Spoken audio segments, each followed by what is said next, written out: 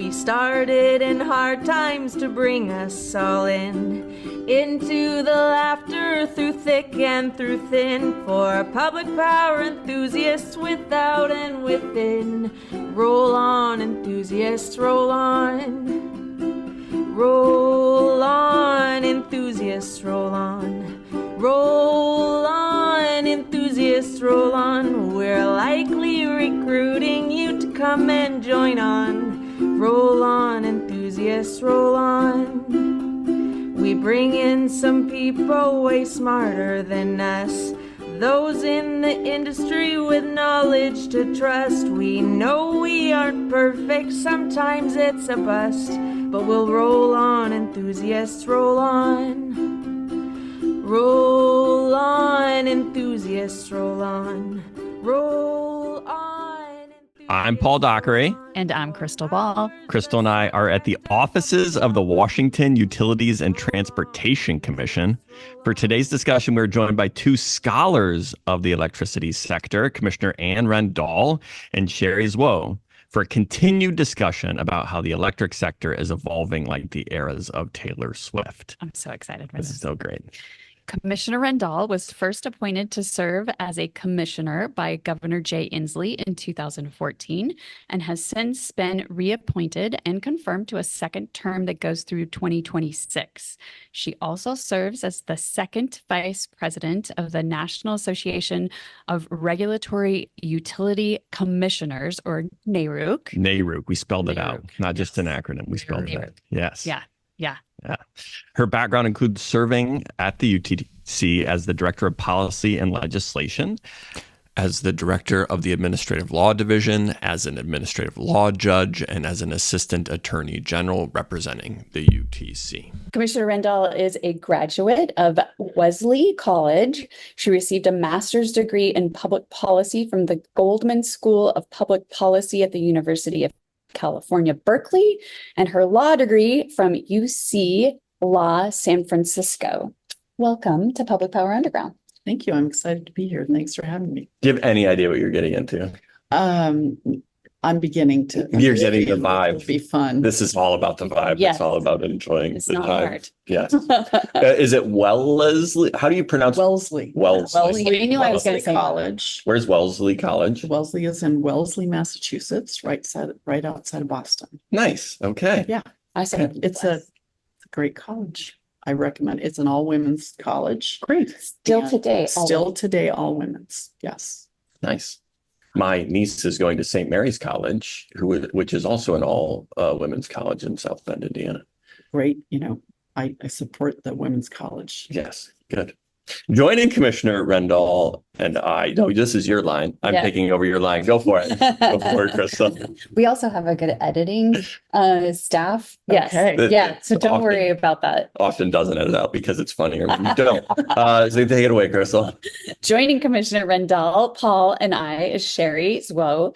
Sherry is a PhD student at Cornell University studying operations research and information engineering in the Mays Group. That's right. She is a self-described Swiftie, I believe. So she is our Gen-Z-Swiftie scholar. She is a true scholar also of the electricity sector. She's part of the Mays Group, as we noted. Any brilliance, of course, is because of her own insight, but any mistakes we will blame on Professor Mays, a close friend of the underground. Hi, Sherry. So you're joining us from Ithaca, New York. Thank you for joining us remotely, and welcome to Public Power Underground. Thank you. I'm so happy to be here. Yeah, as Paul mentioned, I am currently working on long-term resource adequacy with Professor Mays, and I've also been listening to Taylor Swift since I was 15, and I never thought that those two things would have an intersection. So yeah, super excited for today. We are the intersection. This room is the intersection of those niche topics. Very I exciting. will say I was talking with my daughter last night, and she is a Swiftie, and she's also involved in the electric industry, the energy industry, and she was thrilled with this topic. And so we were having a good time talking about it last night. Great. She gets it. The evolution. She gets the evolution. That's perfect. The eras itself. Perfect. On Public Power Underground, we talk about the energy transition trifecta of electrification, markets, and people. This special bonus episode discussing the eras of the electric sector is the third in a series inspired by Crystal Ball's submission to Public Power Underground Energy System Analogies World Cup tournament that the electric system is evolving like the eras of Taylor Swift. It's a good analogy. It is a great analogy. The tournament is actually being held this weekend, which by the time this airs will be in the past. So people who listen will know how you did, whether you won the trophy, if they come to the in-person event. I hope I win that trophy. Yes. It's an insulator. It is Appropriate. It is. I'm very excited about all of this. Crystal and I will ask Commissioner Rendahl and Sherry to share their perspectives on the history of the electric sector and help us map the vibe of the era of the sector to the vibe of the eras of Taylor Swift. We're navigating the conversation in 3 parts. First, Commissioner Rendahl and Sherry's commentary of our eras, whether we have the right eras of the electric sector, and our taxonomy of how those eras relate to Taylor Swift. Second, we'll be discussing the origins of the public utility commissions across the sector and the regulatory compact, really important philosophical grounding. That's the meat of this episode. The meat of this episode is talking about the regulatory compact. And third, how public utility commissions have evolved during the eras of the electric sector. That sound good? Yeah, sounds great. Okay, ready to get into it? Sure. Okay, since we're in person, we have the benefit of printed materials. And strewn in front of us, we have the summaries of the eras and how it relates to Taylor Swift albums with the canonical color schemes. Thanks, Sherry. Yeah, the colors look great. I was just using some basic color, and Sherry was like, "No, there's canonical eras." Okay. The first page has those milestones and also songs that relate to the eras. We also have quadrant graphs that locate the eras based on vibes.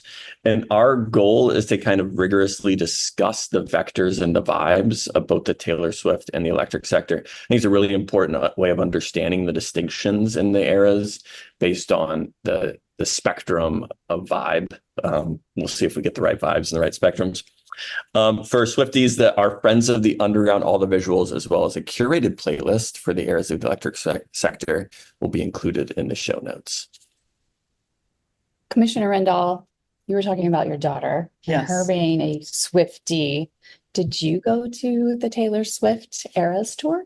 I did. My daughter got tickets and invited me to go with her and 2 of her friends, and also my youngest son and his girlfriend, who is a complete Swiftie as well.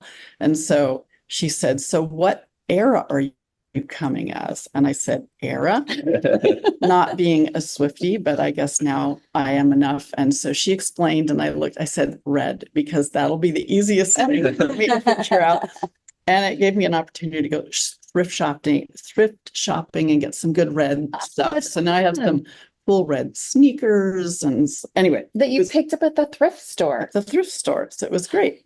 No, it was great. It was in Seattle, and it was an amazing show. It was a lot of fun. And of course, the night before we had to make bracelets. Yes. And we had to get in the mood, and we made all of our bracelets, and we traded them, and it was a great experience. I had a great time. That is, But of course, she had to prepare me. She sent me a Spotify playlist of the concert so I could be prepared yes, for the absolutely. concert. So yeah, I was prepared, You were prepared. You have to sing along. Yeah. and I had to sing along. And Yes. all in. It sounds That was like. great. Yeah. It was fun. Yeah. I'm glad you brought up the bracelets. So in preparation for this episode, Yeah. my children yesterday, actually Sunday, it was over the Yes. weekend, they made bracelets for us, and we're discussing the eras of the electric sector. We have an electric era bracelet. We have to trade them. Sherry, you have to give us tell us where to send these, because you I have thank you. such FOMO right now from Yeah. Here, but You can't have this one. This was one Cece made for me, Oh. my daughter, that just says you are awesome. So that's Oh, mine. that's- I will not be trading that one. Yeah. There is a public power. Okay. We're trading these. You can take whichever ones, and all of them they made it. Power one. Yeah, absolutely. Public power. We got generation and demand. We've got electric era. Yes, they're really Because that's what we're I love dealing with electric right now. era. Okay. the ridiculous things one, because ridiculous things is a song sung by Daryl Wayne Dasher, who's going to be performing. Also very much a vibe. So the for this question is, episode. are you taking your daughters up to Vancouver to see the concert? A great question. The answer to that is unfortunately no. But your wife did My go. wife went to the San Francisco concert, okay. and What a show. she learned about this there. She Oh didn't yeah, know the about bracelets. It's a before. whole Yeah. thing. It's a whole thing. Sherry, have you gone to an Eras concert, and do you Yeah. have bracelets? Yes, I have. I actually went to the one in LA last summer, which is also coincidentally the one that they filmed the Eras Tour movie at. So Yeah. that was super exciting. And I also went as Reputation as my era. So yeah, but I am kind of sad because now she added the TTPD leg on the Eras Tour, which makes it an even longer concert. So, you It is- know. The Yeah. Tortured Poets Department, TTPD, Yeah. the Tortured Poets The Department. Tortured Poets Department. And It's my an daughter, entirely new like set of costumes, like choreography. So yeah, would be fun to see and is that. Taylor maybe dropping another redo of an album this week? Is that Cool. the rumor? Rumored, yes. The Reputation, Taylor's version, is rumored to come out this week. Yeah. Oh, we're going to get into the Taylor's version. There's some drama in there that we are going to talk about. It's like My daughter, she deep tells me these in the things. deregulation era. We're going to talk about that. The reputation era, of course, maps to the energy independence era, which we'll get into. I've also brought a 30 by 40 version of a histomap I put together for a 2024 Macro Energy Systems Conference, where I met Sherry and I did a poster presentation about the application of business capability maps to understanding transitioning roles of institutions in the energy sector. I read that fast because, yeah, that's fun. It's So noticeably on the histomap, the Public Utility section, the Public Utility Commission section is underdeveloped. And the inspiration of this episode was trying to better understand how the public utility, it's under your mic stand, unfortunately, how that Yeah, there's not evolves. much there. There's nothing there. And it goes Okay. places and Yeah. it changes. And I don't know because Okay. frankly, public power. So we're going to try to improve that understanding of the sector. Yes, we are. And for those, this is visual, but I'm looking at it. It was under my mic. And one of the things that I think for those of us in public power, we just don't have a long history or a lived history Right. of regulation. It's certainly something that I should know more about. And this is one of the reasons why I've had so much fun with this season, because we have this analogy and we've talked to different people. And so capping it off with a conversation with you is just terrific. Thank you for doing this with us and educating us. You share your knowledge broadly. You even teach a class at the University of Washington. Is that correct? Yeah, and I would say teach. So it started pre-COVID, but there's a master's program in the engineering program on energy infrastructure. And I teach a 1 credit energy electricity regulation course. And when I say teach, it's asynchronous. So those of you in the education world know that means you just look at slides and you just kind of do your own reading, and then there's a multiple choice. I don't talk to students. It's kind of the weirdest teaching thing, but it's fun. So there's 4 class sessions, 4 in-depth slide decks focused on. The first is sort of a focus on the energy system in the Northwest. Okay. That includes public power, includes it does. Bonneville, it includes the whole dynamic, and then talks about the commission and a little history of regulation and how we do our rate regulation. The second session is about energy planning, energy permitting and siting. We don't do the permitting and siting here at the commission. That's the Energy Facility Site Evaluation Council in Washington. But so important to Very understand how it important. works. Yep. Sure. And then the third is all the clean energy regulations. And there's a lot. There's a lot. And that just keeps growing. That Yep. slide just keeps changing every class. And then the last is on grid reliability and on markets. And of course, that one's changing Yes, all it the is. time. So those two change every year. I have to update them every year. Yeah. So yeah, anyway, it's fun. So do you have to be in the master's program to enroll in your course? I think you do. Yeah. What about people, our friends from Cornell? Can they? Well, I'll can put they you in touch with the professor who leads this up, and you can negotiate with them about whether you get access to those. Okay. Well, I'm starting a master's program this fall at the University of Oxford, and I would love to take your course as Wow. part of that and learn Well, all about. well, And I'm going to volunteer. it's not, share it as well. that's above my pay grade, No. UW. That's their deal, not mine. Sherry, does Professor Mays have a course like that where they go through all of the different components of the electric system, or any course at Cornell like that? He teaches two, one during the fall semester, the other during the spring semester. So the first being, I think, the economics of the electricity market. And then in the second semester, he goes more into like, mathematical optimization and how we can use that for energy related applications. So yeah, super cool. And I'm just going to promote myself some more. I was a guest at his course on the energy economics. It was a great, we included some of the content in an episode. Okay, but we're ready to get started. We're going to start with the eras of the electric sector. We have 7 eras, beginning with the War of the Currents. And Paul loves to give me a list because I love lists. Graded list. And the 7 eras are 1, the Insul era, 2, electrification era, 3, efficiency era, 4, deregulation era, 5, power crisis era, 6, energy independence era, and 7, we're going to end with 7, global era.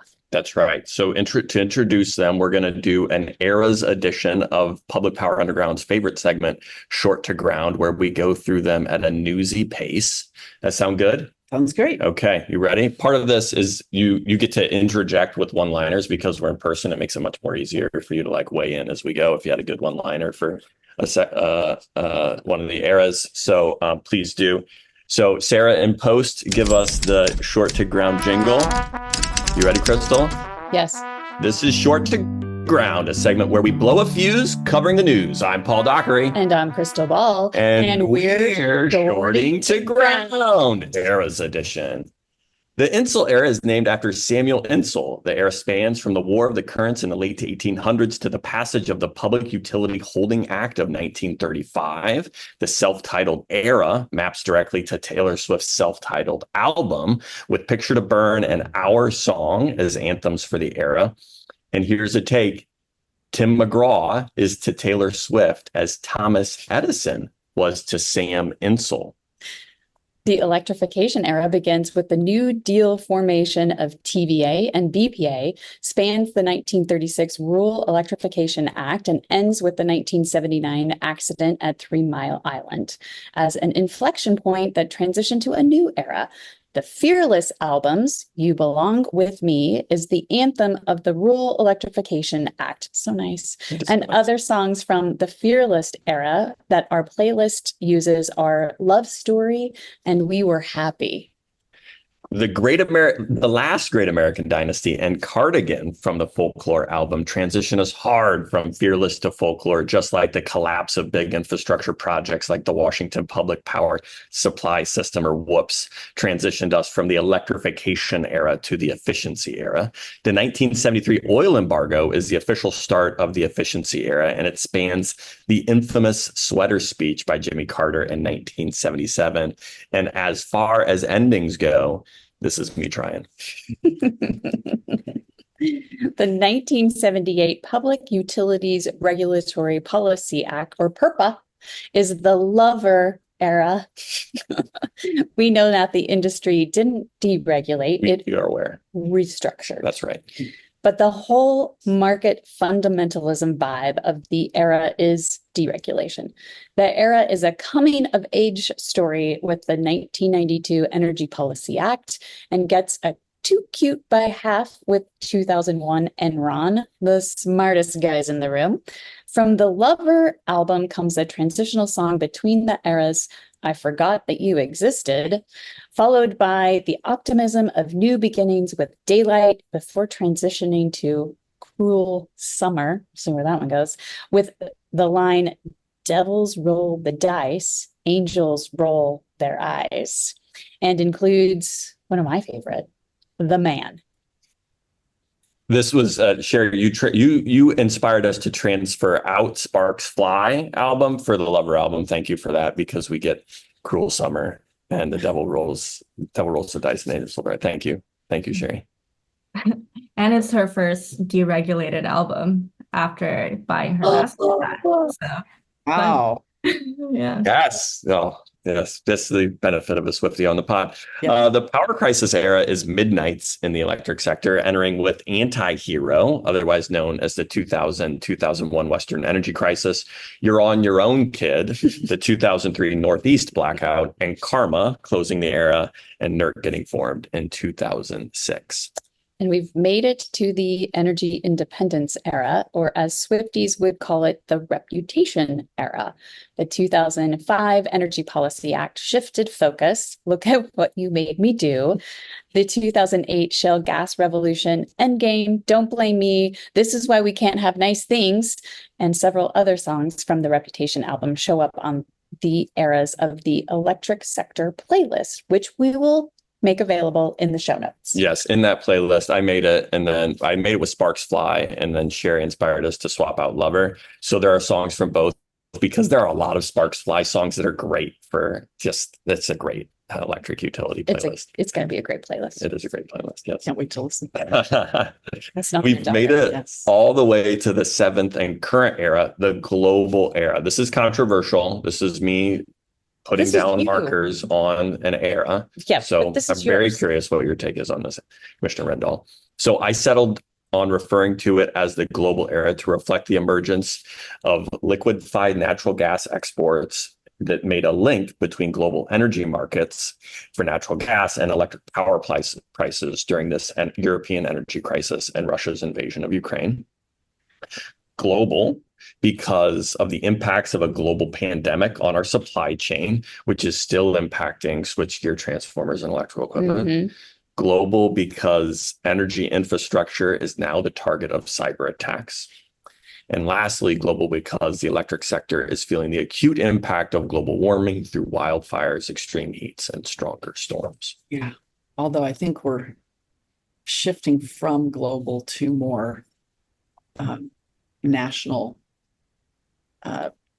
reliance and doing it ourselves. So the global impacts are there, but I think we're really focusing on how much we can do ourselves and not rely on others for supply chain and other materials. Reshoring. Reshoring. Maybe it's the reshoring era. Reshoring. I don't know. No. I'll have to think about that. Okay. All right. Yeah, Yeah. but whether it's global going forward or that was the global impacts and what's next, I don't know. Yeah. It sounds a little tortured. It does sound a little tortured. Ooh, is that the next step? Is that another era? Yeah. Well, yeah. Sarah, give us the short to ground jingle again, and let's close it out. Or did I didn't. Did I get you? Did I cut you off? You're good. No, yeah, it's too late. We can't go back now. All right. Let's close it out. Are you ready, Crystal? I'm ready. That's Short to Ground Ground. Eras Edition.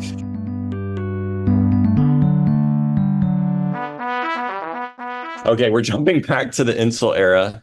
When industrialists convinced everyone, there's a question mark both on the page and in my voice, hopefully, that electric utilities were a natural monopoly and a regulatory compact was formed.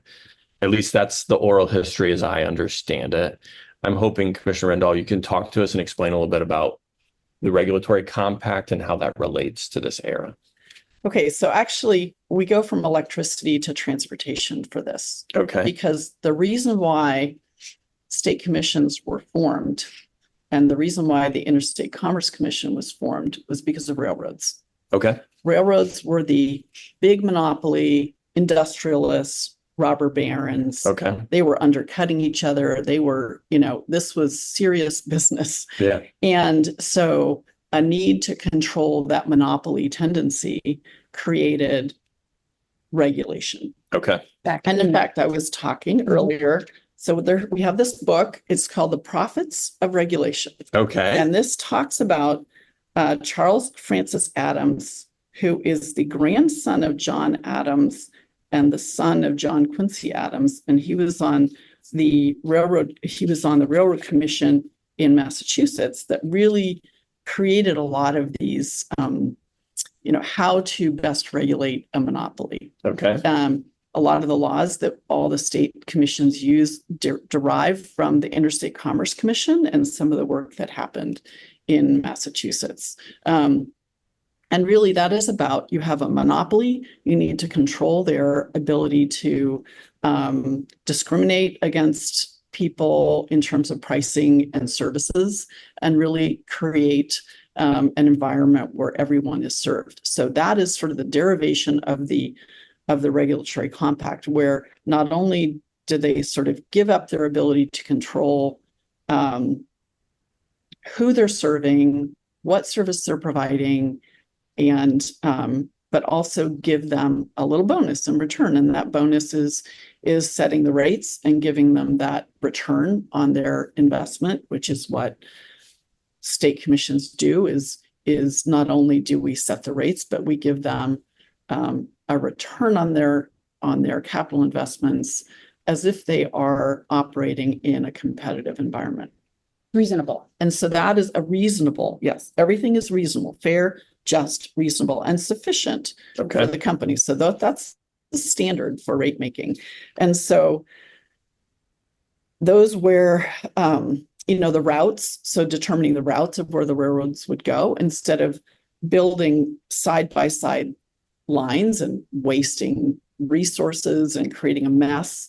That's similarly why you would have electric franchises, so you don't have multiple utilities trying to provide service in the same area and having all those lines going everywhere and creating a potential safety mess. Right. So that was the first monopoly to be controlled. Okay. Then we also, state commissions also regulated things like warehouses. Oh, really? Right. Or grain elevators and anything that could be a monopoly service. And so when the Washington Commission was developed, it was the Railroad Commission. Okay. And then we got warehouses and we got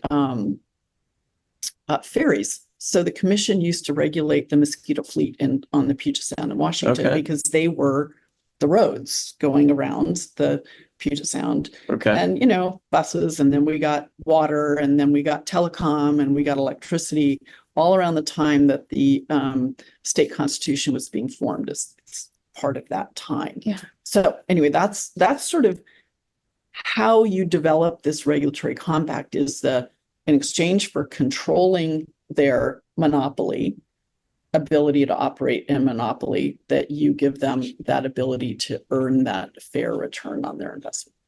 So that's what that's about. So it's I've heard the term quarantining the monopoly. So that is restricting the service to a specific franchise area. Yes. And is that part of is that the regulatory compact, is you get this franchise and in return? Or when people talk about the regulatory compact, is it that aspect of it? It's not always the franchise, although I think with transportation companies, it has been. Okay. You get a certain service territory that nobody else can compete in, so that you can make sure you have enough revenue to support your business. So electric utilities similarly, right? In telecom, there are service territories. In electricity, not so much, believe it or not.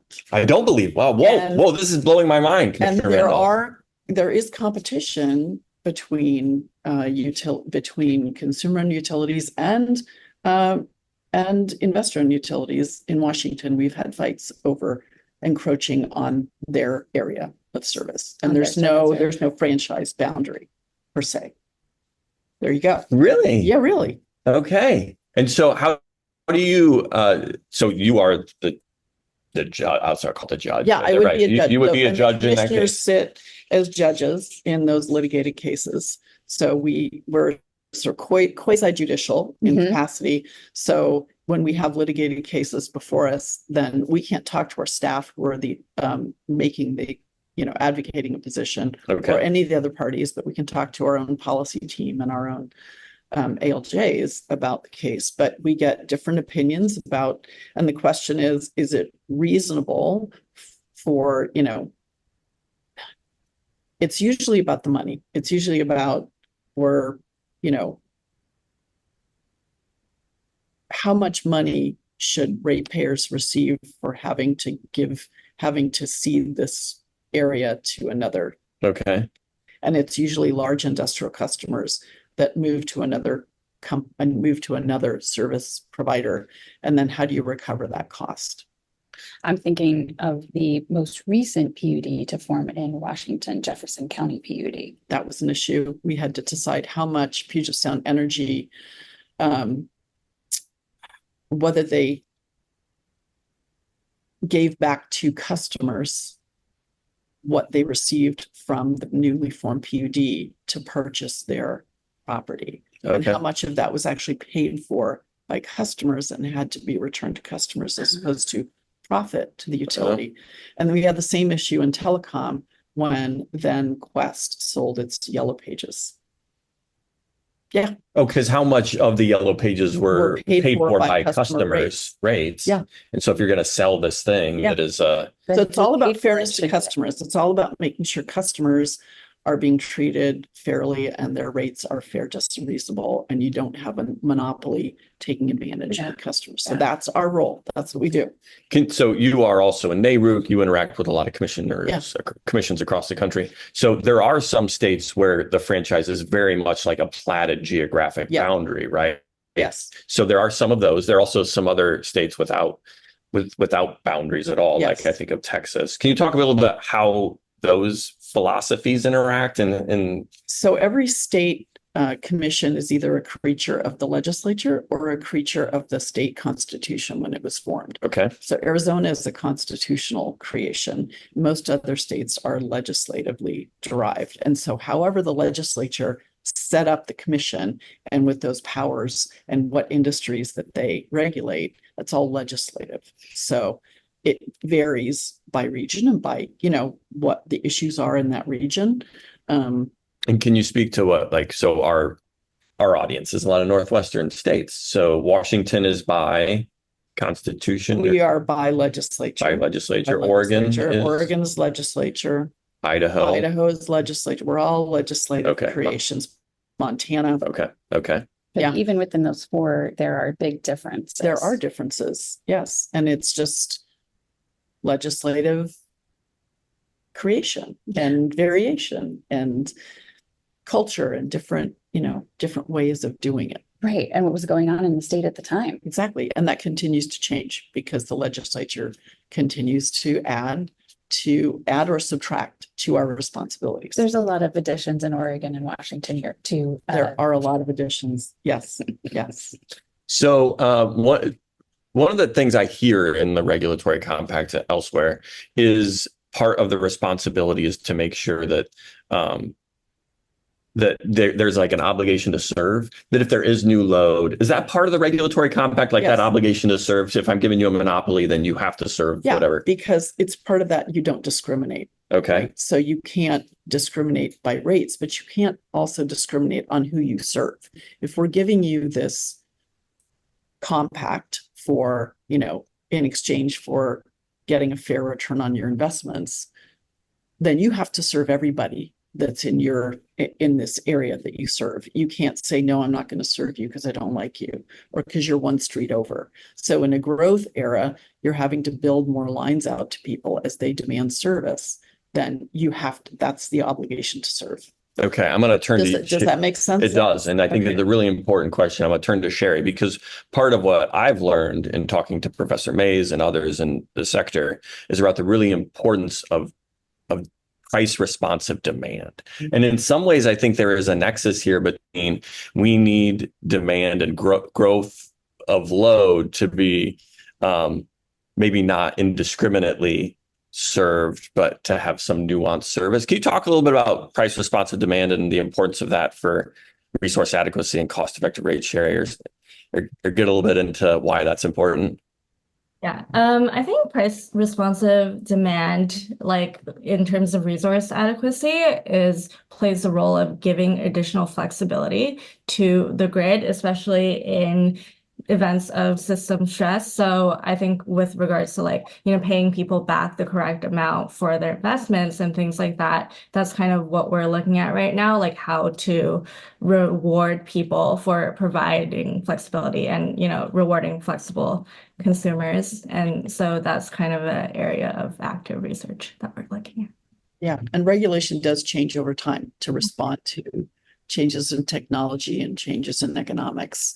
And so time varying rates and, what signals do you give to investors? What signals do you give to customers? That's all part of that economic regulation. And it evolves very slowly. It evolves slowly. We talked to Professor Lynn Kiesling out of Northwestern about the pacing problem, about how the pace of regulation is in a lot of ways is slower than the pace of technology Definitely innovation. slower, yes. Does that resonate with you, Commissioner Yeah, Rendahl? although I think of it in the same way as, as you get older, it seems like time speeds up. Yep. Does it seem like that? Absolutely. 100%. And so I feel like as we're progressing, I feel like the pace of change has so sped up. I mean, there are so many different things we're dealing with as a commission now than we dealt with 10 years ago. And, we've got deregulation, we've got decarbonization, we've got, affordability issues, we've got resource adequacy, we've got markets, we've got, the need for transmission, we've got demand growth. All these things we didn't have like 10 years ago, and we're dealing with it all at once. Yep. And so it does feel like there's a need to change regulation to respond to that change. And that pace of change is sped up. So it just feels like that's what it feels like. That's a good take on that. It is. Yeah. Does it sometimes feel like you're, I don't know, juggling while walking a tightrope?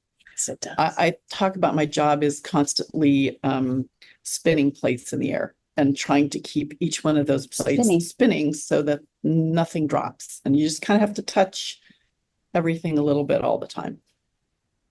Does it sometimes feel like you've been doing that, but part of this transition with demand growth and decarbonization is now you still have to spin the plates in the air, but also now you have to Juggle play at the same time. play a drum with your feet. Yeah, exactly. It does feel like Many that. hard things at the same time. Yes. Yeah. You're adding plates. And adding plates. Yeah. Yeah. Okay. Cool. I wanted to ask Sherry what is the regulatory compact what's the Taylor Swift theme song for the regulatory compact? Do you have an idea of what's the vibe there? Staying on theme with kind of the Install era and Taylor Swift's self-titled debut album, I think the right song would be Our Song. So she wrote this when she was 16, and she talks about characterizing her relationship through a song, and she writes the song like hastily on an old napkin. I feel like it corresponds to the earlier, less structured days of the electricity industry where there's, excitement, uncertainty, and a lot of back and forth between utilities and regulators. And the idea of creating this Our Song parallels creating a shared understanding between those two bodies. Okay. Perfect. Slamming screen door. What else is Our Song? This is Our Song. That's a great song. Slamming screen door, staying out late, Like tapping on your window. Yeah. Yes. Oh, that's the regulatory compact. Slamming that screen door. Staying out late. That's right. Building the system. That's right. So we're obviously we have a lot of familiar with public power. We've already kind of touched on blind spots about public utility commissions. Can you talk about for an audience of public power enthusiasts, the different role of the commission to a public power board and municipal utility leadership? Yeah, that governance structure. Yeah. So the governance, obviously, and as I mentioned, some state commissions are regulated. I mean, are elected. Yes. So in some states, Montana, Arizona, Nebraska, Alabama, Mississippi, Louisiana, Georgia, and there's others. They are elected in a statewide election. Yeah, they run for and they run for office, much like many of the PUD commissioners or public power commissioners are elected locally. Yep. A Right? good comparison. So, but more are appointed by their governors and then confirmed by the Senate. A few states, they are actually selected by the legislature. Okay. So there's different models. Again, they're all statutorily created or by, constitution. So how you become a commissioner and what culture that is that, drives what you do depends on whether you're elected or appointed. The role of and we talked a bit about this earlier, as a PUC commissioner, you are looking out for the public interest. So our requirement is to regulate in the public interest, that's in the statute. Yep. But also to set rates that are fair, just, reasonable, and sufficient. So fair and just and reasonable, both for the customers and for the company, but sufficient so the company can earn a sufficient return on its investments. So it can continue as a going concern and continue to provide that service to the customers. I think the difference I see in terms of as a consumer-owned utility commissioner is it's not for profit. So you're not looking at that return on the investment, but you're still looking at what is reasonable for the customers to bear the costs, what is a reasonable service and a fair service to the customers. And the focus is about the customers and about what's in the public interest and about ensuring safe, reliable, sufficient power to your customers, reliable service to your customers. So while the customers are not ours, they are the utilities. Mhm. Our role is to ensure that those customers are fairly served and safely and reliably served. Does that make sense? It does. Can you talk a little bit about the distinction too of like when an elected public utility board member is elected, they're elected for the utility and to be almost they're right. like they're an agent of the utility, whereas a commissioner is You're independent. You're independent. Can you talk a little bit like what the knock-on effects of that distinction are? Do you think that causes distinctions in the way you would the way you operate as a commission versus the way the So utility once board would be? you are confirmed by the Senate, you are independent. You are not.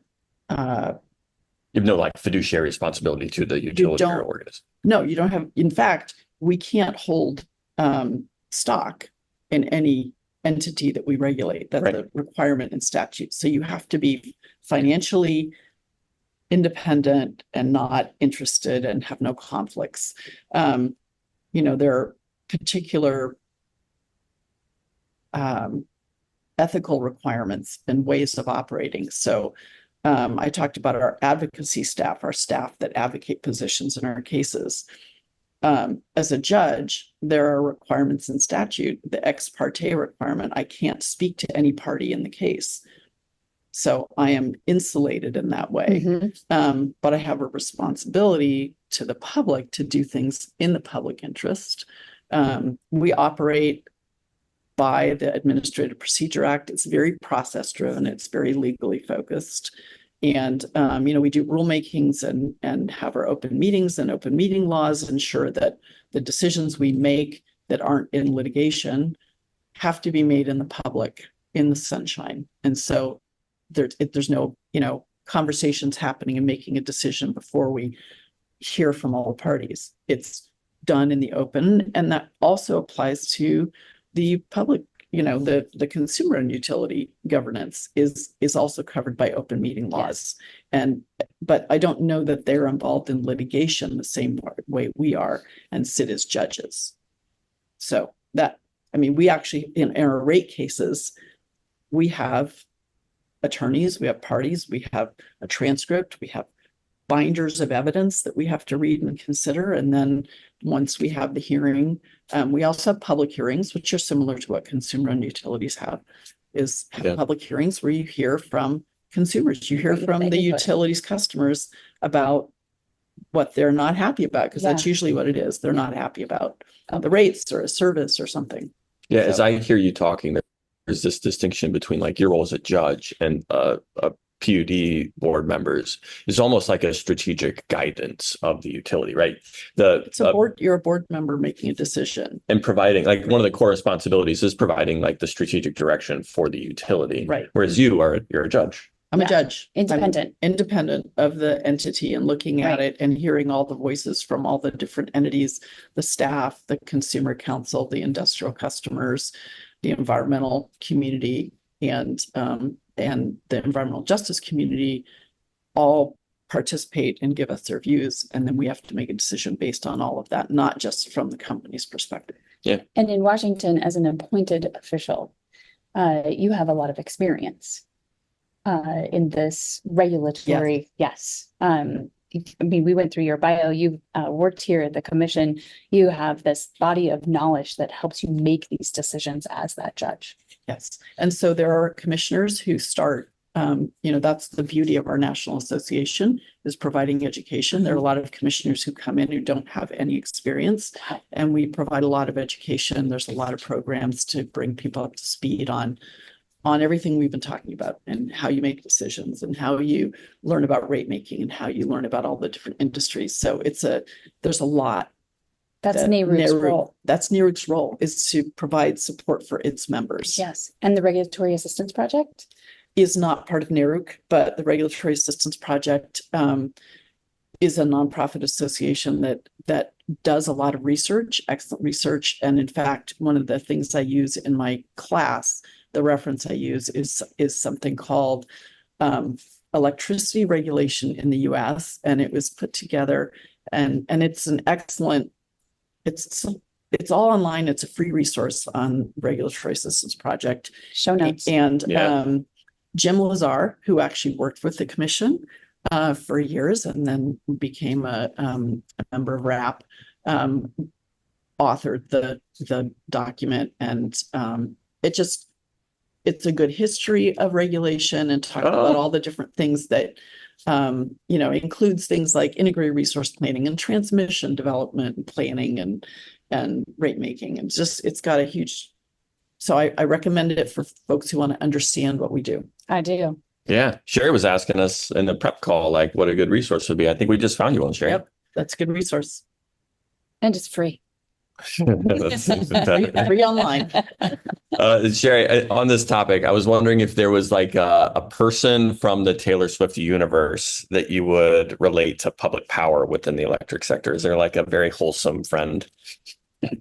So I think if Taylor Swift was like the state regulator, maybe public power would be her longtime best friend, Abigail Anderson. So Abigail has known to be a presence in Taylor's life since high school, and she's still a regular person to this day. So it kind of represents this connection to the local community, and also, Abigail's friendship being like not about personal gain, where like fame, similar to public power's nonprofit model.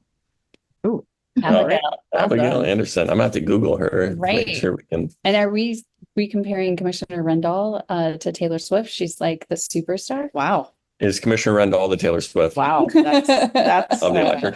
wow. Okay.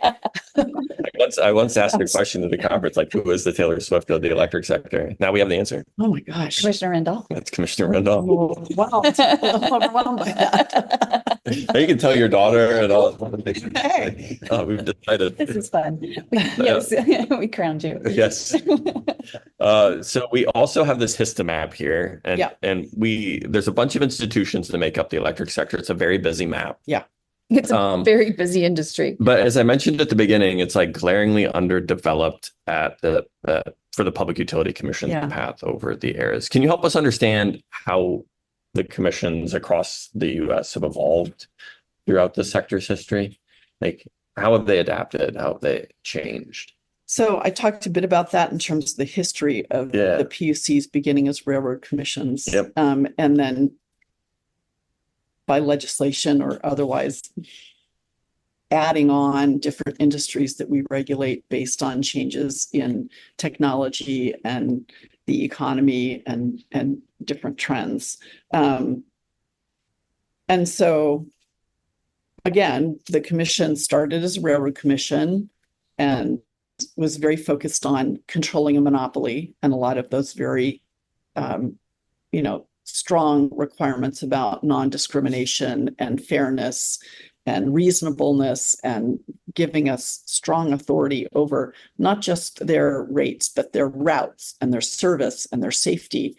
And over time, and I will just use Washington as example, that changes with technology, it changes with economics. So we used to heavily regulate freight trucking in Washington, as did many other states. And then in the 90s, that changed, and the federal government deregulated interstate and intrastate freight trucking, and left us with, so a lot of that safety regulation now went to the state patrol. They do, if you see the commercial vehicle enforcement, they pull the trucks over. That used to be the commission. We used to do that. Yep. And take people to court if they didn't have the right mud flaps or didn't have their brakes fixed or whatever. Really? That was the You had commission. like a whole enforcement arm. We had a huge division that was transportation enforcement and regulation and routes and rates. That all disappeared in the 90s.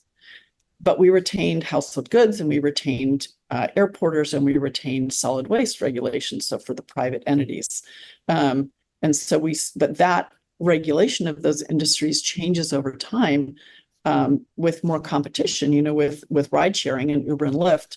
Then the airporters have more competition. Do we have to regulate them as closely as we used to?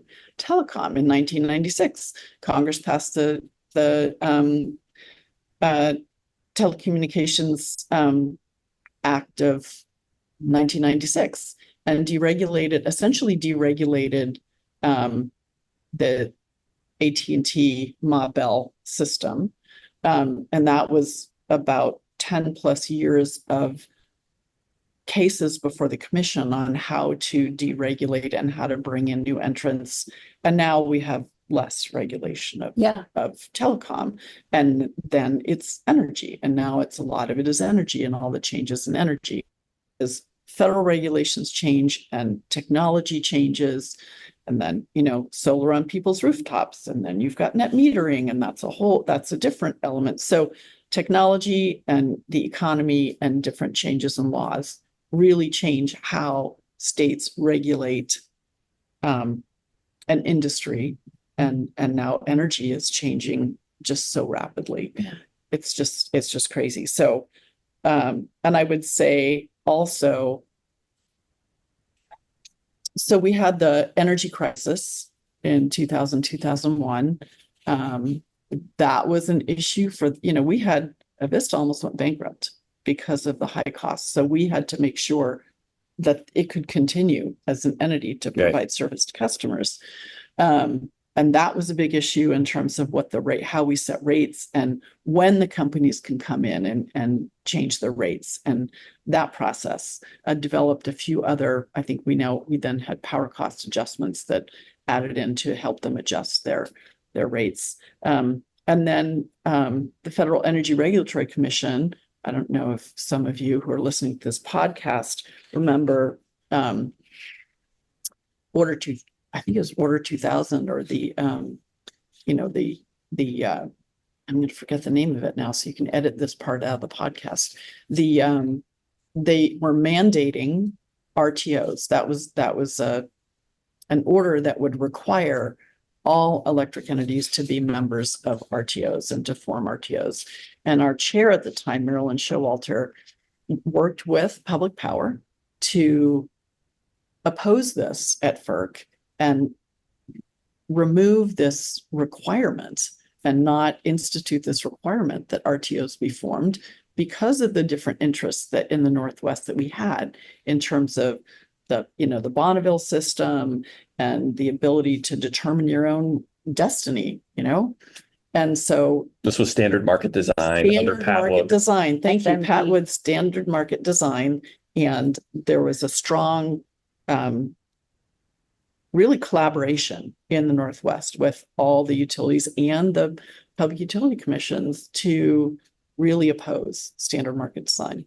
And it came after the energy crisis. It came after the energy crisis. Yep. Yeah. So that Order 2000 numbered after the 2001 Yeah. energy crisis. And so major impacts there. Major impacts. Yep. Yeah. And evolution. Yes. Yeah. Yeah. So I was doing a lot of telecom during that time. That was what I was focused on, was a lot of telecom. I started in transportation, then telecom was the thing. And then soon after, You got standard through market design. telecom and had to go through And now I'm in electricity. Lots of evolution of transportation, evolution of telecom, and now it's energy. This evolution Well, of energy. this is great. We have on our histomap, we do Yes. have Order 888, which was the beginning of Yes. the open access transmission Yes, it tariff, was. followed by Order 2000 in 1998 So you that have formed PURPA. regional transmission You have organizations. PURPA, then you have Order 888, and then you have Order 2000. PURPA is a milestone on the sector. I don't have it as a milestone on any of the individual traces because I don't map like federal legislation. These are all like So for PURPA was the first that required the utilities to open up their networks right. to competitors, because before that you didn't have it. Yep. Beginning of this then- deregulation era in And then 1978. you go into Order 888 and Order 2000. Yes, So exactly. that's the sequential. Yeah, it really is tracing. Yes. Do you agree? You agree then that the deregulation era, the right milestone to start at is PURPA? I think it is PURPA. Yes, and you Yeah. like deregulation era because you talked about that vibe of that era was Oh. deregulation of I telecom. think it makes sense. I mean, to say I like Oh, deregulation. yeah, no, I didn't mean it like that. I didn't mean it like that, listeners. I think it is appropriate depending on the industry and depending on the time. You have to look at when to let go to really provide benefit to customers. What's providing that benefit to customers? Right. Is the regulation providing the benefit, or is the deregulation providing the benefit? And we've looked at that over the years in terms of all the different industries. And that's a constant question that we have when we are, as we're interpreting the public service laws, how much to control and how much to let go. Yeah, and I That think Hypothesis that customers. needs to be tested. yeah, I think it's a reasonable minds can disagree on that Yeah. hypothesis as well. Like it is not a clear cut No, it's what not. sector and when what portion needs Right. to be. And it's a regulated. conversation to have with the legislature over time too. Yeah. So, But it does introduce that pacing problem because we know legislatures do take time to act and it takes building up a because case. we are a creature of the legislature and we have to do what the legislature has told us to do. Yep. Well, we've gotten back to the histomap, and I also Okay. wanted to get back to our mapping of the sector of the eras in quadrants. Sherry, you've got your quadrant mapping as well. So I wanted to talk to you about, Commissioner Rendahl, about my vectors Yeah. of how I'm understanding the sectors. So on this map, for the eras of the electric sector, on the vertical axis, I'm doing the spectrum from structured, a very structured era to a very chaotic era. Mhm. And maybe the clearest example of a very structured era was the electrification era. Yep. We had the Rural Electrification Act. We already had the regulatory compact in a lot of states. So it's very structured. So it's very high in that vector. And then the counterpoint on a very chaotic era is the power crisis era. It's also a very chaotic time. It was on the tails of deregulation. So you had a lot of flux in the industry. So there's two vectors in a quadrant graph, but this is the vertical one. Yep. From structure to chaotic. Do you like that? Yeah, that I think that It's a good characterization, It's a important good- understanding of Yes. the vibes going on at the time. Yes. You agree? yes. Okay. I'm going to turn to Sherry because now we need to make sure we're mapping this to the eras of Taylor Oh, Swift. Okay. So, Sherry, for the vertical axis in the eras of Taylor Swift, I have career in the upward vector that would map to structured in our eras of the electric sector. But on the downward side is the romantic. So I'm on the spectrum from very career oriented album to a very romantic oriented album. How do you feel about that? I think the mappings are pretty accurate, but I would say it's a little bit harder with the Taylor Swift albums because there's a little bit of both in every single album. But I think one thing is that Your take is that it's harder to map the eras of Taylor Swift than the eras of the electric sector. I just want to understand that. But keep going. Yeah, keep going. But yeah, I noticed that on both of the quadrants, the lower quadrant is a lot more full than the upper quadrant. So Yes. full up there. So says something, I guess, about whether we're usually chaotic or we're usually structured and usually this or that. Yeah. Yeah, I like Yeah. that. So, More romantic. or yeah, yeah, we are very romantic public power underground. The on one of the like albums that is most career oriented that we're mapping on this is the Reputation album. Does that feel right? I think Reputation came right after that whole feud with a record label and also Kim and Kanye. So it's a very, I guess, like more confident, more like, I'm making my place in the industry type of album. Yeah. And the on the other end of that career to romantic spectrum for the eras of Taylor Swift, we have the self-titled album. I think Taylor Swift is a very romantic album. Do you agree? Like, does that feel right? And when you're 16, writing songs, I feel like the sense of career is a little bit less than yeah. I'm going to put you on the spot though. What is Taylor Swift's most romantic album? Some people say it's Lover, but actually there's another theory that like when she released Tortured Poets, she kind of grouped her albums into more of like the 5 steps of grief, something like that. And so I think Reputation actually was written during a time in her life when she was more like, in love, which is Okay. comparatively to like the contents of the Who album. was your boyfriend in the Reputation Joe era? Alwyn. Yeah. So Who? this was Joe Alwyn, which was the one before Travis Kelce. But yeah, it was, I think like Lover was, I think, written kind of when they were like starting to break up, when she was mentioned later in the state of delusion. So maybe the most non-delusional, romance album was actually Reputation. Yeah. Similar question. What is the most chaotic era of the electric sector, Commissioner Rendahl? I know it's going to sound crazy, but it feels like right now we're in a very chaotic state. Well, we are on the We chaotic are. side of the spectrum. Yes, we are on I don't chaotic. have it. So was Insel era more chaotic? Gosh, I mean, That was just chaos. that was just people starting out and building electric companies and connecting them and getting customers, and you had wires that was very It's the most chaotic. chaotic. I would It's say. the most chaotic. I mean, we're in structured chaos right now. Structured chaos. Yeah, we're near the, yeah, okay. That feels right to me. Yeah. So we just, Sherry asked us, or like we mentioned earlier, about good histories on the regulatory compact. And we, of course, recommended Catherine Blunt's book, Yes. California Burning. Excellent book. We've all read it. Now everyone here's read it. And we just give a shout out because does a great job of discussing the Oh, Insel era. yes. Do you agree, Sherry? Did you get through that portion of the book? Yeah, I think it was actually like a very engaging book as well. So it was, yeah, history, but delivered in a really, I think. I think you'll like this one too. Okay. If you read Profit of Regulation, I think it's a good. We're going to send it to explanation. Sherry as a thank you. Yeah. for Yeah, this. that would be great. Along with some And Taylor Lynn Swift Lynn bracelet. Kiesling recommends this book too. So yeah, Okay. I know Lynn. You know Lynn. I know Lynn. Okay, Yeah. she's a friend of the underground Okay, too. well, great. Yeah, we had her on. It was a great episode. Yeah. You're following, and like it's perfect. Following, like it's like we planned it. So is that as engaging a read though? Because Catherine Blunt's book, No, it's like not it's just engaging. so well read. Like it's so well written and so like fun to read. It's great history and really fascinating to, organizational, getting into the mindset of the organizations and where they were or not.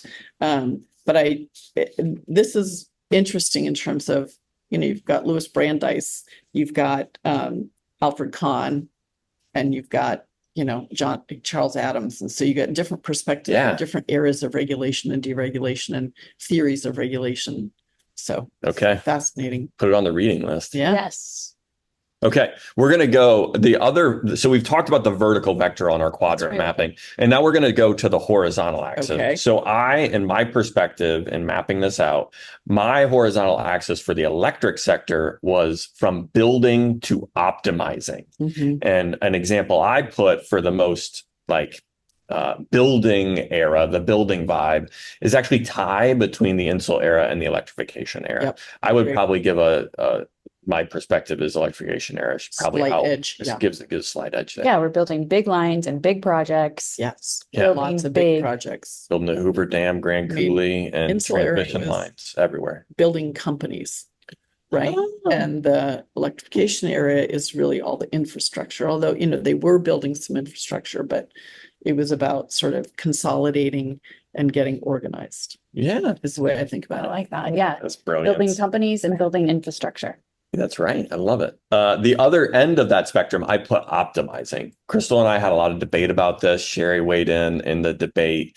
But I think that is like of course it isn't, you can do both, but it is a vibe of like the efficiency era is much more, it's not really about building. It's mostly about making the most use of the infrastructure you have. So that's the example for me on the efficiency era is the other end, the optimizing vector for Yeah. the electric sector. What do you think? You feel that? Yeah, but I think it's still very much a part of the work that we do. I mean, because we want the best value for customers of what the utilities are putting into place.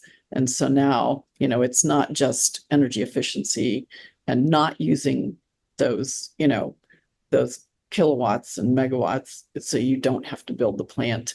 It's about grid enhancing technologies and making sure your transmission is optimally working. So it might be some investment. So it's not just using more efficiently what you have, but really, as you said, optimizing. And there's so much we can do with the systems that we have, in addition to all the building we have to keep doing now. Right. And So, I was wondering, well, where is competition in this vector? Yes. So it is on the map, right? So if you go look at the electric sector map, I have competitive enterprises as its power own producers, yeah. geography Yeah. on my map of like how competitive enterprise compares. And on the other side of the regulatory body divide, we have the electric service geography. So that could be another vector on our Could be. quadrant graph. The third dimension can be from competitive enterprise to electric service, Is it public utilities, maybe. structured versus competitive? No, I don't. No, I don't know. I didn't really like But that. I No, like that doesn't work. But no, so again, PURPA created independent power producers. They existed, but they couldn't sell their product through the system without PURPA. So PURPA allowed that, and then Order 888 made that happen more. And then with the restructuring, you had the development of merchant transmission and merchant generation.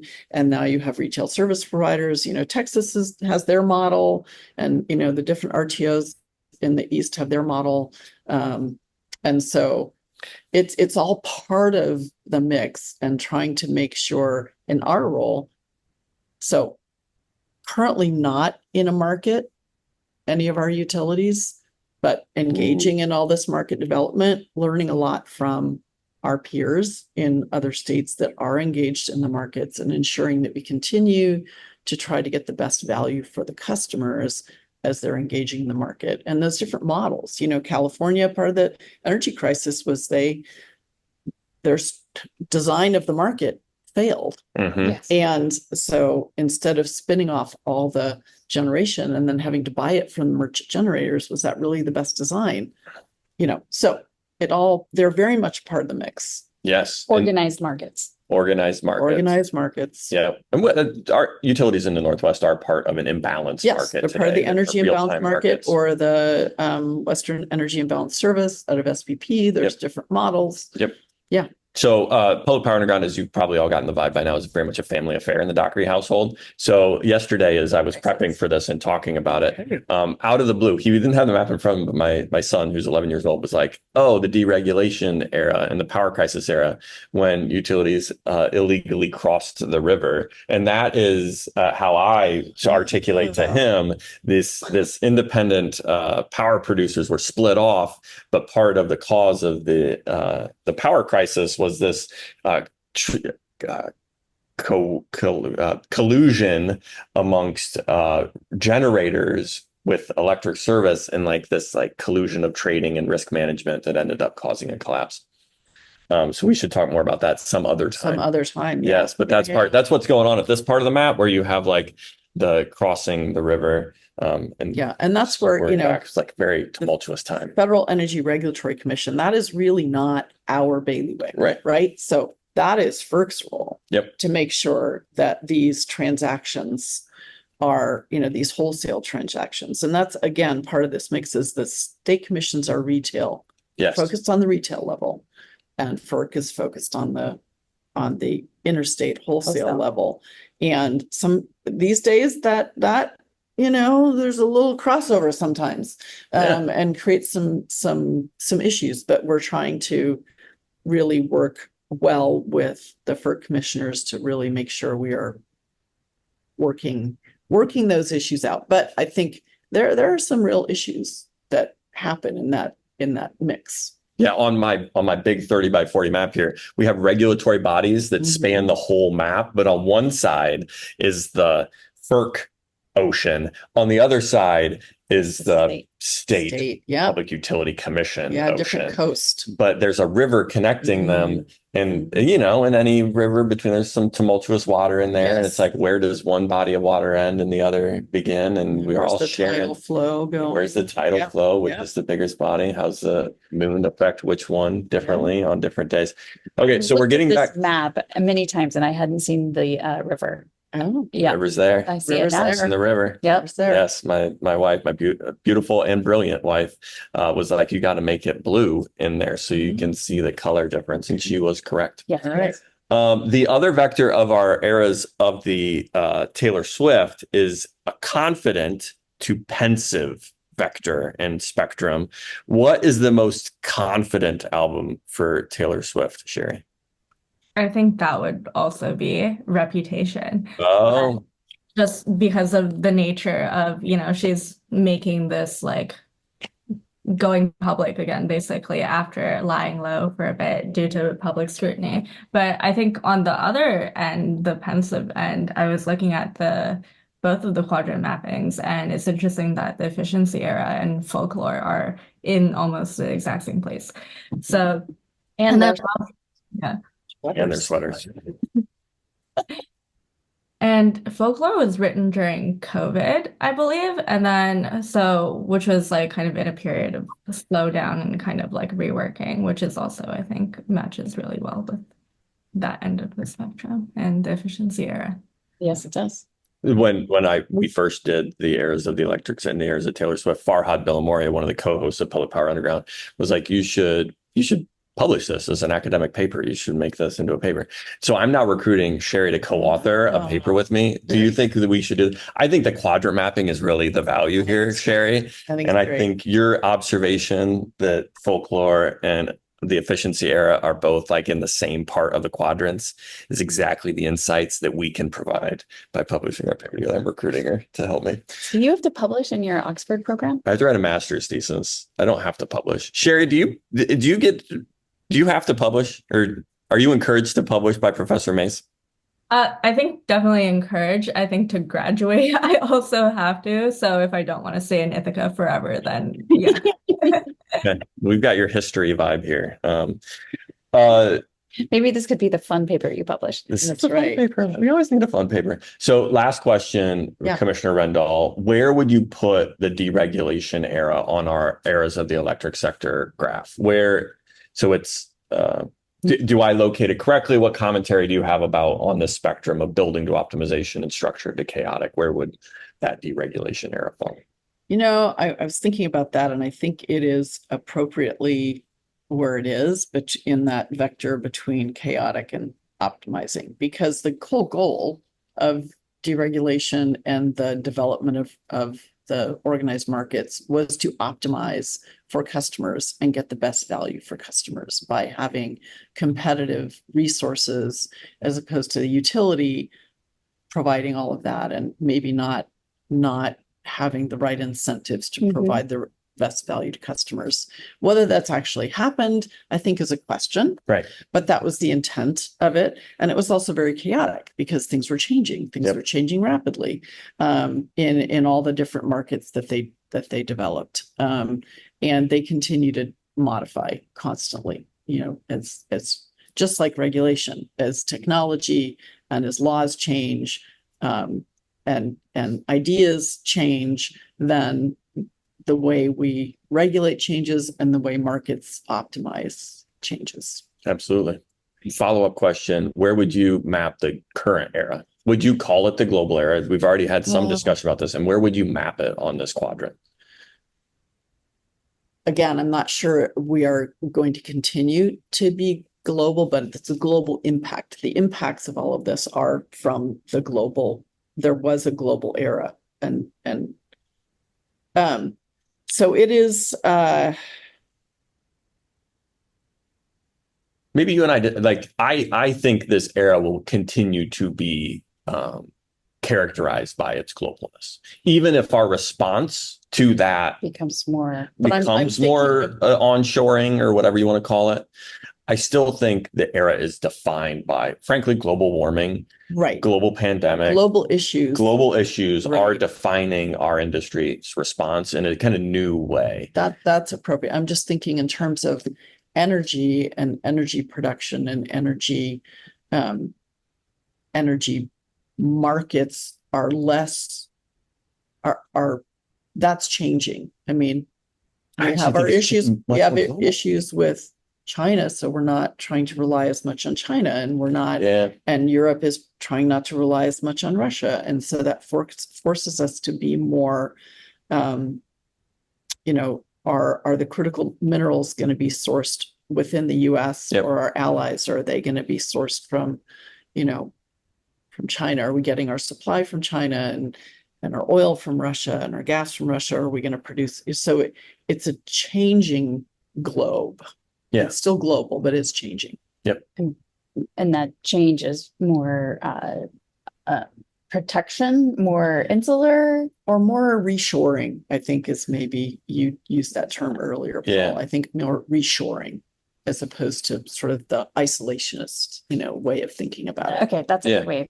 Because we did have the energy independence era before the global era. Yeah. And it feels like we're kind of started maybe back to that. That's on the map too. Fracking starting our energy independence on there. I love you read the materials and you agree with me. This is like the best moment for me. Speaking of maps, have you read the new map?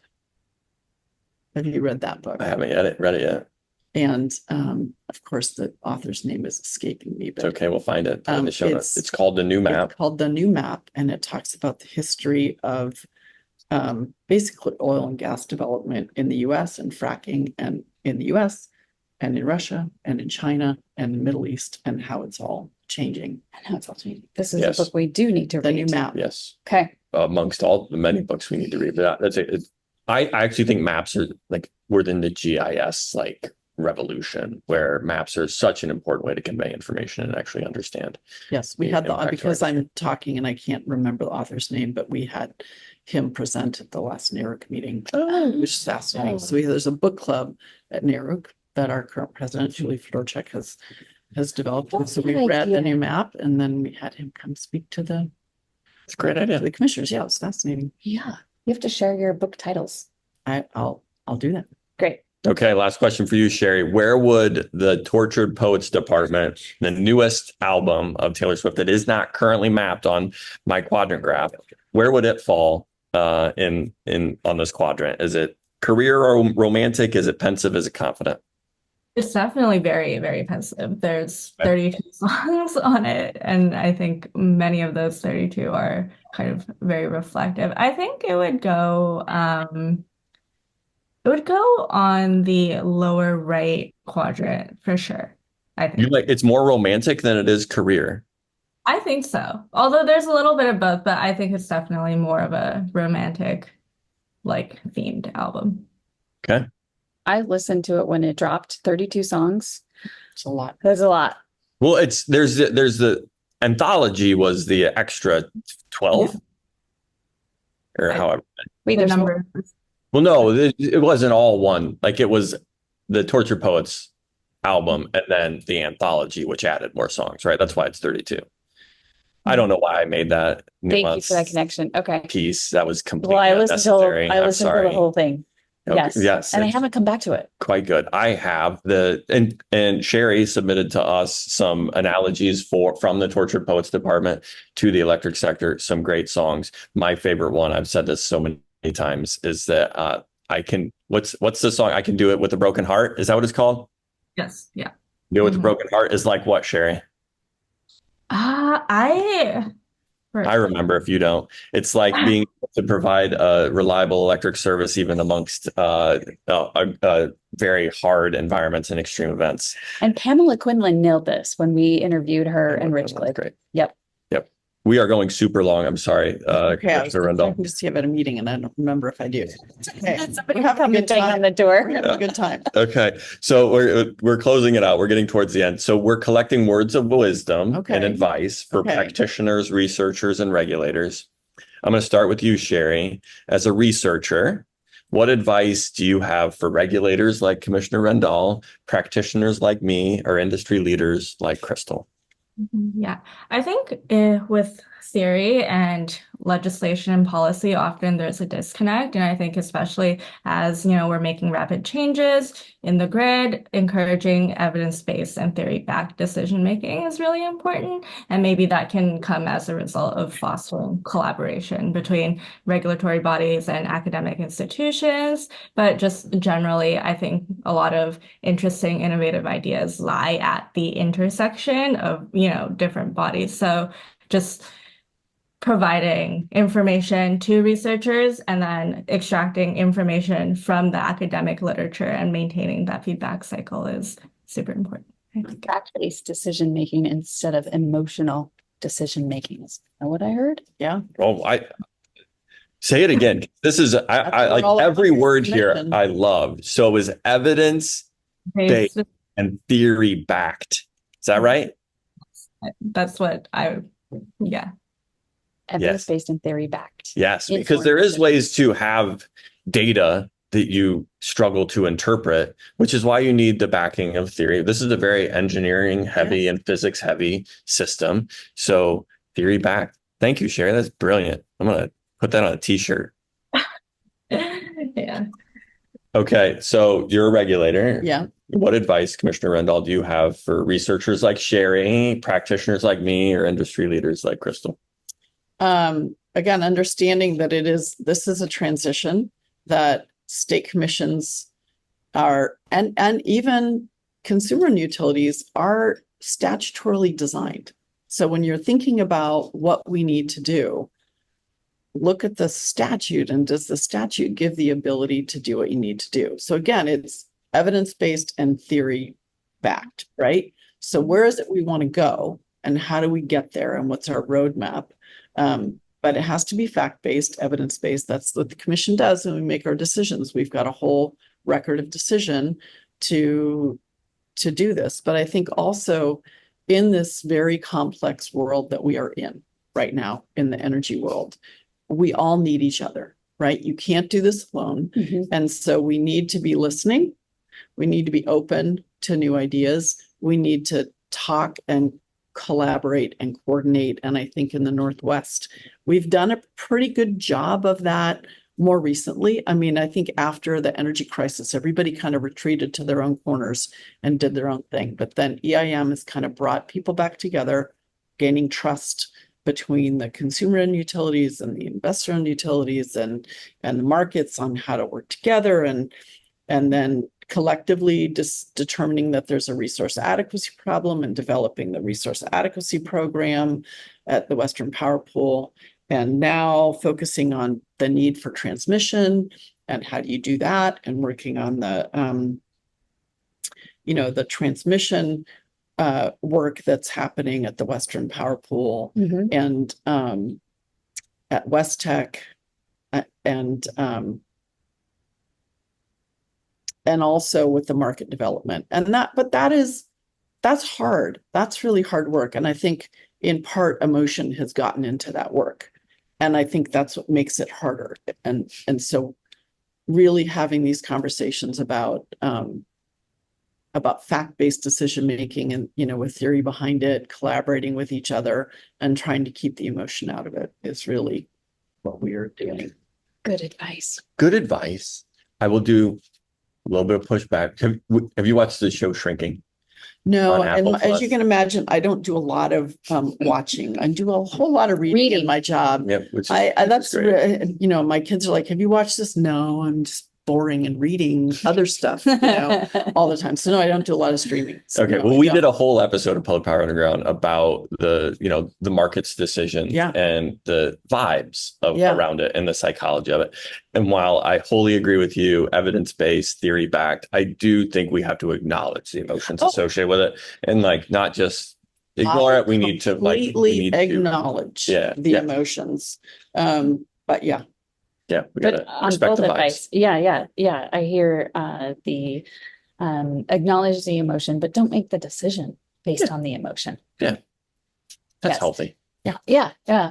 Commissioner Rendahl, you really model the behavior of collaboration as demonstrated today by spending this much time with me Yeah. and Paul. We really appreciate you educating us and I really believe that this will help others understand the regulatory compact, the evolution of the market or of the industry that's leading us to some very interesting market conversations within our region. Yeah. So we No, it's been a greatly pleasure. appreciate it's been a lot of fun. Yeah, And so hope you thanks for feel- reaching out, and this was fun. And yeah, Good. And Sherry, thank you for Yes, taking the thank you, time to Gary. join us from Cornell. I hope you feel seen, heard, valued, and appreciated. I learned so much today, and I'm leaving with a longer reading list. So and it's lovely to meet you. not to tackle that this I look weekend. forward to hearing what research you do, and you'll have to send me your thesis. Thank you. Well, and if you know people who are deep in resource adequacy space, I think Sherry, please reach out because Sherry, you want some perspective from utilities in the industry about how resource adequacy is dealt with. Is that right, Sherry? Should they reach out? Good. Mhm. Okay. Well, to our listeners, while you aren't seen or heard, you are valued and appreciated. Roll on, enthusiasts. Roll on. Us all into the Public Power Underground is a production of News Data and Seattle City Light. You don't have to be subscribed to News Data's weekly newsletter to get this podcast, but it sure makes the podcast make a lot more sense. The views expressed here are own and not the official views of Seattle City Light, News Data, or the organization of the guests also appearing on Public Power Underground. Today's episode was written and produced by Paul Dockery and Crystal Ball, and it's edited and published by Paul Dockery on this one because there's no sponsors. Our theme song, Roll On Enthusiasts, was rewritten, performed, and recorded by Aaron Guillory and Ian Bledsoe. You can find Public Power Underground on YouTube, Apple Podcasts, Spotify, or your favorite podcast app. Please share with energy enthusiasts in your life and give us a rating and review on your app of choice if you enjoyed the content. It helps other energy enthusiasts like us find us. Public Power Underground for electric utility enthusiasts. Public Power Underground, it's work to watch. roll on, enthusiasts, roll on.